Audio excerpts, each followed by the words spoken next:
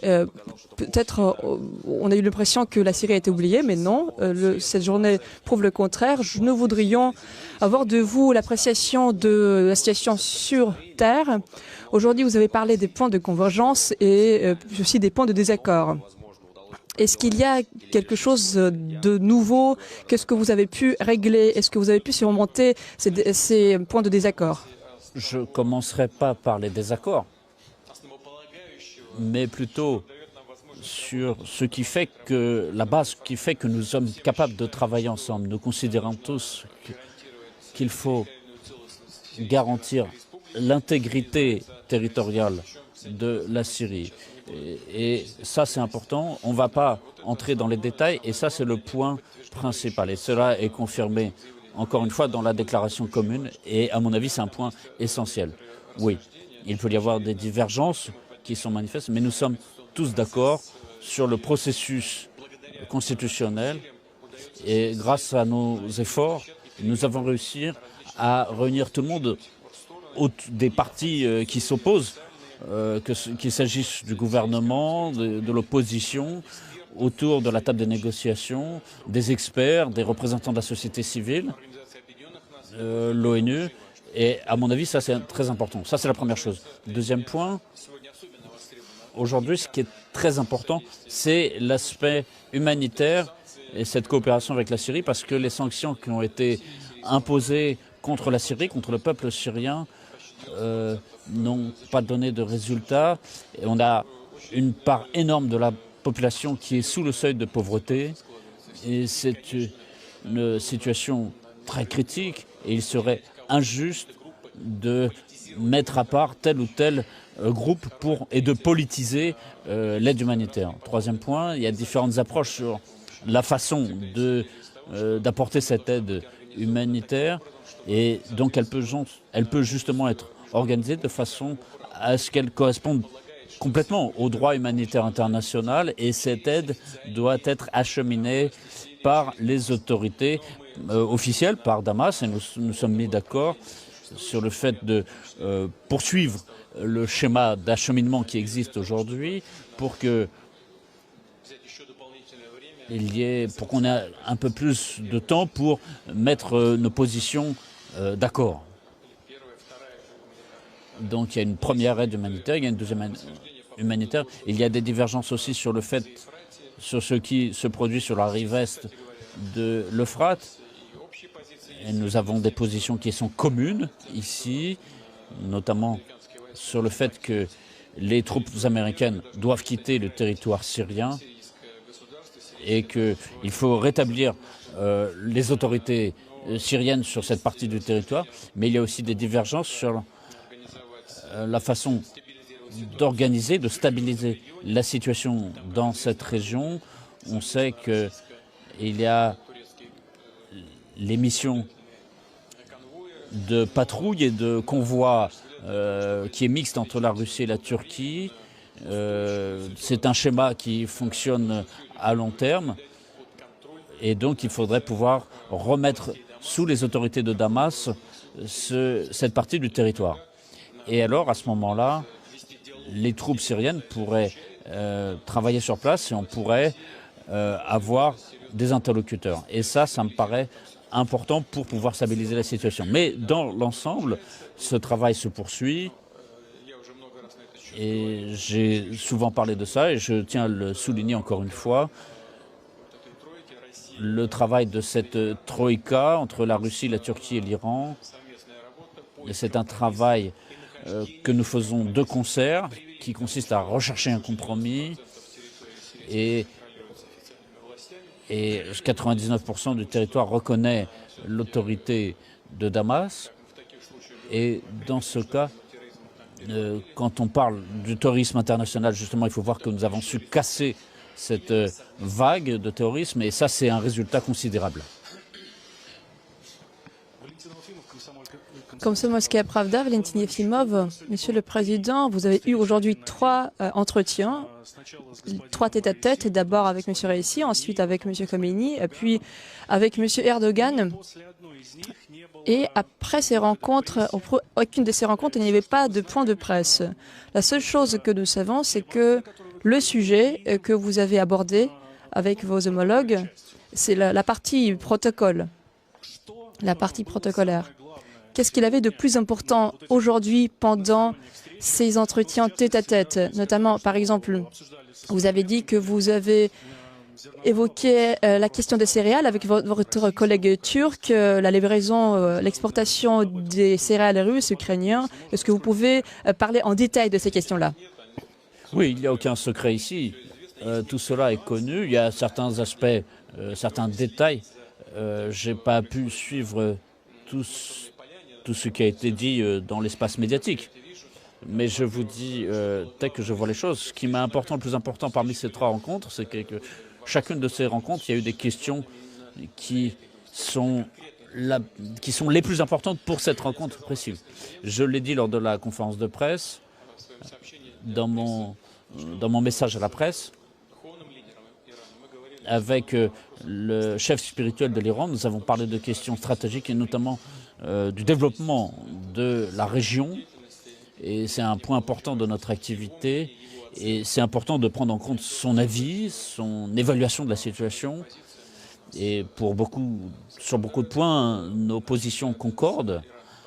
Et je pense que c'était très important, effectivement, que nous ayons eu cette rencontre avec le président Raïssi. Nous avons parlé surtout des aspects économiques et je tiens à noter que ces 6 derniers mois, le volume des échanges entre la Russie et l'Iran a augmenté de 40%. C'est un indicateur très important et donc tout cela, c'est une orientation très prometteuse et qui concerne différentes activités économiques. C'est le développement des infrastructures, par exemple. Vous savez que sous la direction d'un des vice-premiers ministres russes, il y a l'activité autour du Caucase du Sud et le développement des infrastructures et des décisions à prendre sur le plan des infrastructures dans cette région, c'est-à-dire l'Azerbaïdjan, l'Arménie, la Russie. Et dans cette orientation avec l'Iran, il y a beaucoup de choses que nous devons faire, qui peuvent être faites. Et sur l'itinéraire nord-sud, il y a eu les premiers essais de liaison ferroviaire et de liaison, ça va en direction de l'Iran, du Golfe Persique. Et tout cela, c'est un petit tronçon sur le territoire iranien, 146 km, mais la construction de cette voie ferroviaire est intéressante aussi pour l'Azerbaïdjan. On en a parlé avec le président Aliyev dans le cadre du sommet de la mer Caspienne. Nous en avons parlé avec nos partenaires iraniens aussi, et la Russie est aussi intéressée parce que c'est un axe qui part du nord depuis Saint-Pétersbourg, qui nous permet d'avoir un accès jusqu'au Golfe Persique. Et donc, c'est un axe très important, très prometteur. La question consiste surtout à... C'est-à-dire qu'il y a ce tronçon de 146 km qui est assez court, mais la Russie est prête à participer ici. Et en gros, nous discutons avec nos amis, nos collègues iraniens, azerbaïdjanais. Et donc c'est un travail tout à fait concret. Et pour nous, c'est un travail qui est évidemment intéressant en lui-même. Nous avons des services à proposer. Et pour l'entreprise des chemins de fer russes, mais il y a aussi d'autres orientations en matière de sécurité. Par exemple, nous avons parlé ici, il est important pour nous aussi de bien comprendre la position de l'Iran et comment eux, ils voient leur participation dans ces efforts mutuels que nous faisons pour reprendre la coopération entre l'Iran et l'AIEA. Je ne veux pas entrer dans les détails maintenant, mais c'est une partie importante de notre coopération avec l'Iran. La question des céréales. Oui, la question des céréales. Et ce qu'on a discuté avec le président turc, oui, j'ai déjà dit que la République de Turquie, et en particulier personnellement, le président Erdogan a fait beaucoup pour qu'il y ait un accord conclu sur les céréales ukrainiennes. Mais dès le début, nous avons posé la question sur le fait que ceci doit être entériné. Et parce que nous partons du fait que toutes les restrictions qui ont été imposées contre les livraisons de céréales russes, toutes ces restrictions doivent être levées. Nous avons parlé avec les organisations internationales. Tout cela doit être entériné. Pour l'instant, personne n'a rien exprimé contre ça, y compris nos partenaires américains. Nous verrons ce qu'il sortira de tout cela très prochainement. Mais vous savez que les restrictions liées aux engrais sur le marché international ont été, dans les faits, levées par les Américains. Et donc, s'ils veulent améliorer la situation sur le plan alimentaire mondial, il faut lever les restrictions aux exportations russes. Mais je le répète encore une fois, nous sommes maintenant, là, tout de suite, nous sommes prêts. Nous avons un potentiel de 30 millions de tonnes de céréales et cette année, ça pourrait aller jusqu'à 50 millions de tonnes. Izvestia, Monsieur le Président, il y a une crise énergétique en Europe qui est en train de survenir et on dit que Gazprom est prête à couper le gaz. On dirait qu'un avis a été envoyé à l'un des destinataires et qu'il y a des conditions force majeure. Dites-nous s'il vous plaît, donc on accuse la Russie de cette crise énergétique. Est-ce que Gazprom honorera ses obligations? Premièrement, Gazprom a toujours rempli et remplit actuellement et a l'intention de continuer à remplir ses obligations. En ce qui concerne le fait que nos partenaires cherchent à nous imposer leurs propres fautes, cela n'a aucune justification. Qu'est-ce qui se passe ici sur la livraison des sources d'énergie? Regardez, il y a 2 ans, le gaz, on avait 100 € pour 1000 m3. L'an dernier, c'était 250. Aujourd'hui, ces jours-ci, on est à 1700. Qu'est-ce qui se passe ici? J'en ai parlé très souvent. Est-ce qu'il faut rentrer dans les détails? C'est-à-dire la politique énergétique européenne qui a négligé l'importance des modes traditionnels d'énergie et qui ont misé sur des nouvelles sources d'énergie. Et dans le domaine énergétique, ils ont décidé donc de miser sur ces nouvelles sources. Par exemple, l'énergie éolienne, il n'y a pas eu de vent, pas suffisamment, et voilà le résultat. Les investissements qui ont été faits dans le capital, essentiellement dans les sources traditionnelles d'énergie, ont été sujettes à des décisions politiques. Les autorités n'assurent pas les garanties, le transport ne se développe pas. Voilà le résultat de la politique. C'est une politique de plusieurs années, de toute une décennie. Et c'est de là que vient le problème. Ça n'a aucun rapport avec les actions de la Russie et de Gazprom. Et les prix augmentent. Alors qu'est-ce qui se passe aujourd'hui? Nous livrions ces derniers temps en Europe, via la Russie par exemple, 30 milliards de mètres cubes en Europe sur 170.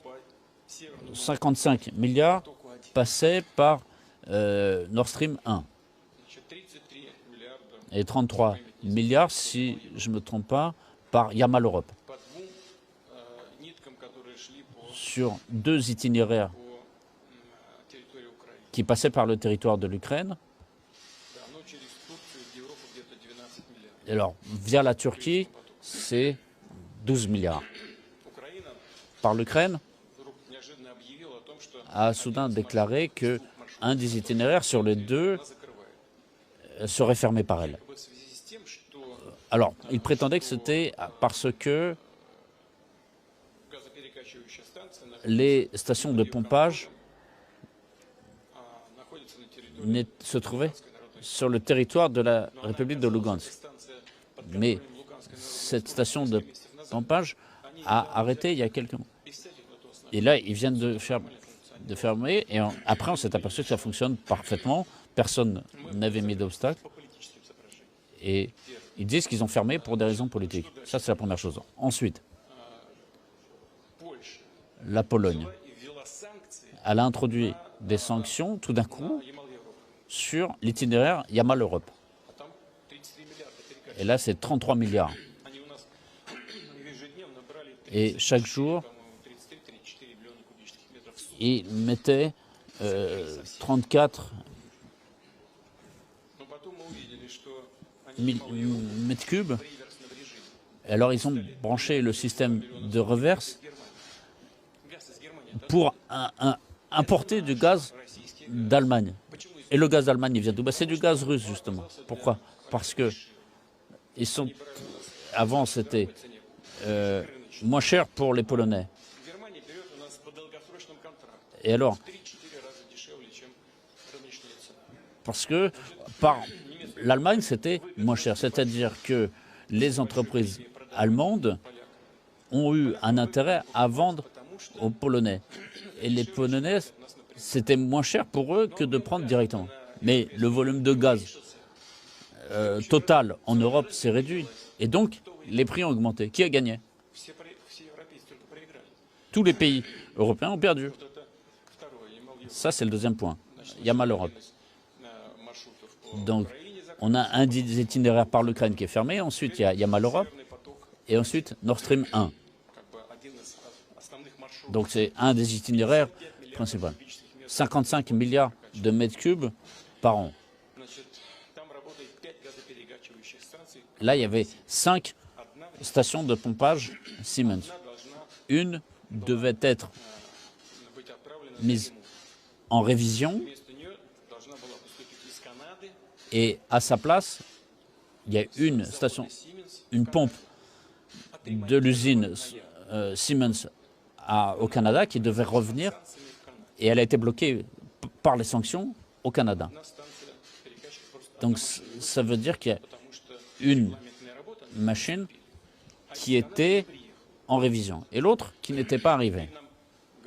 Et donc maintenant on nous dit que bientôt nous aurons cette machine depuis le Canada. Et pour l'instant nous n'avons vu aucun document en ce sens. Et nous devions les recevoir parce que cette machine, elle nous appartient, elle appartient à Gazprom. Et Gazprom doit recevoir pas seulement le métal, cette machine, mais les documents qui vont avec, les documents juridiques, la documentation technique. Il faut comprendre que Gazprom doit savoir dans quel état lui parvient l'équipement, que ce soit sous sanction ou non, est-ce que ça va être confisqué un jour? Mais c'est pas tout.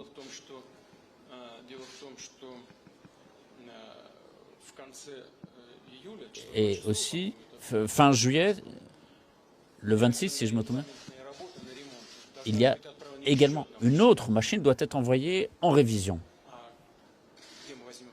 Et on va prendre comment pour la remplacer? Et il reste encore une machine. Et je sais qu'il y a eu un problème technique sur place. Et donc aujourd'hui, on n'en a que 2 qui fonctionnent. C'est 60 millions de tonnes par jour. Donc il y en aura une qui reviendra. Et alors si, quand même sur les 2, il y en a une qui est envoyée en révision, il n'y en aura plus qu'une, c'est-à-dire 30 millions de mètres cubes par jour. Gazprom est victime de quoi ici? Coupable de quoi? Donc il y a ces révisions, il y a une station de pompage qui est bloquée. Gazprom est prêt à pomper tout ce qui est prévu. Et ils refont la même erreur, ils retombent dans la même ornière avec les produits pétroliers. Et donc il y a cette idée, on va limiter les volumes du pétrole russe, bloquer les prix du pétrole russe, etc. C'est la même chose, c'est la même erreur que ce qu'ils ont fait avec le gaz. Le résultat sera le même, une augmentation des prix. Les prix du pétrole vont s'envoler. En ce qui concerne le gaz, nous avons encore un autre itinéraire, c'est Nord Stream 2. On peut le lancer, on peut l'ouvrir, mais il n'a pas été ouvert.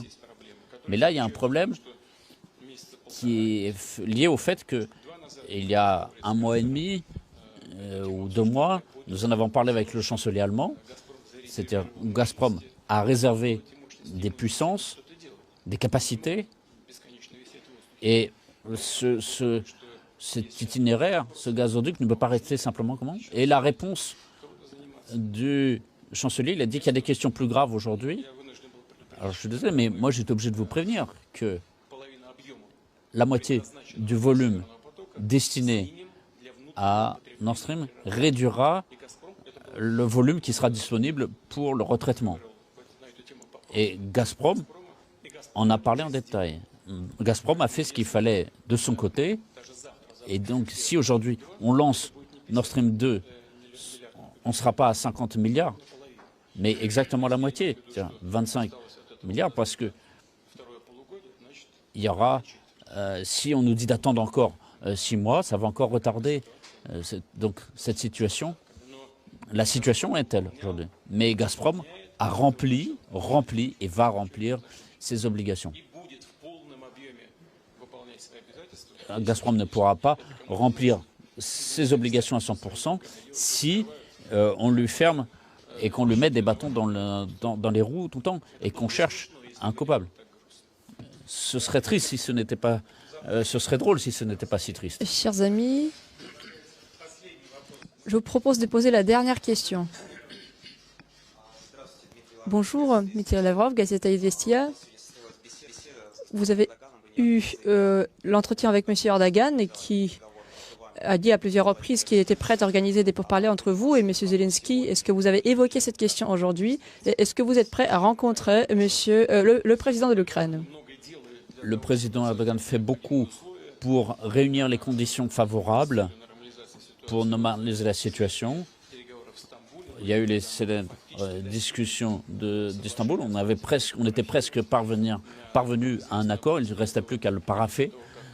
Mais après cela, pour créer ces conditions, nos troupes s'étaient retirées du centre et de l'Ukraine et de Kiev. Et finalement, les autorités de Kiev ont refusé d'avancer, alors que l'accord était presque trouvé. Le résultat final dépend non pas des intermédiaires, mais des partis qui sont en discussion. Et nous voyons aujourd'hui, nous ne voyons absolument pas une telle volonté chez les autorités de Kiev. En ce qui concerne la Turquie, quelles que soient les propositions qui sont faites par d'autres pays, les Émirats arabes par exemple, il y a des opportunités qui existent. Et à tous nos amis qui sont intéressés dans la résolution de cette crise, nous sommes reconnaissants de possibilités offertes. Et même... mais si on peut avancer, évidemment, ce sera très bien. Je vous remercie pour votre attention.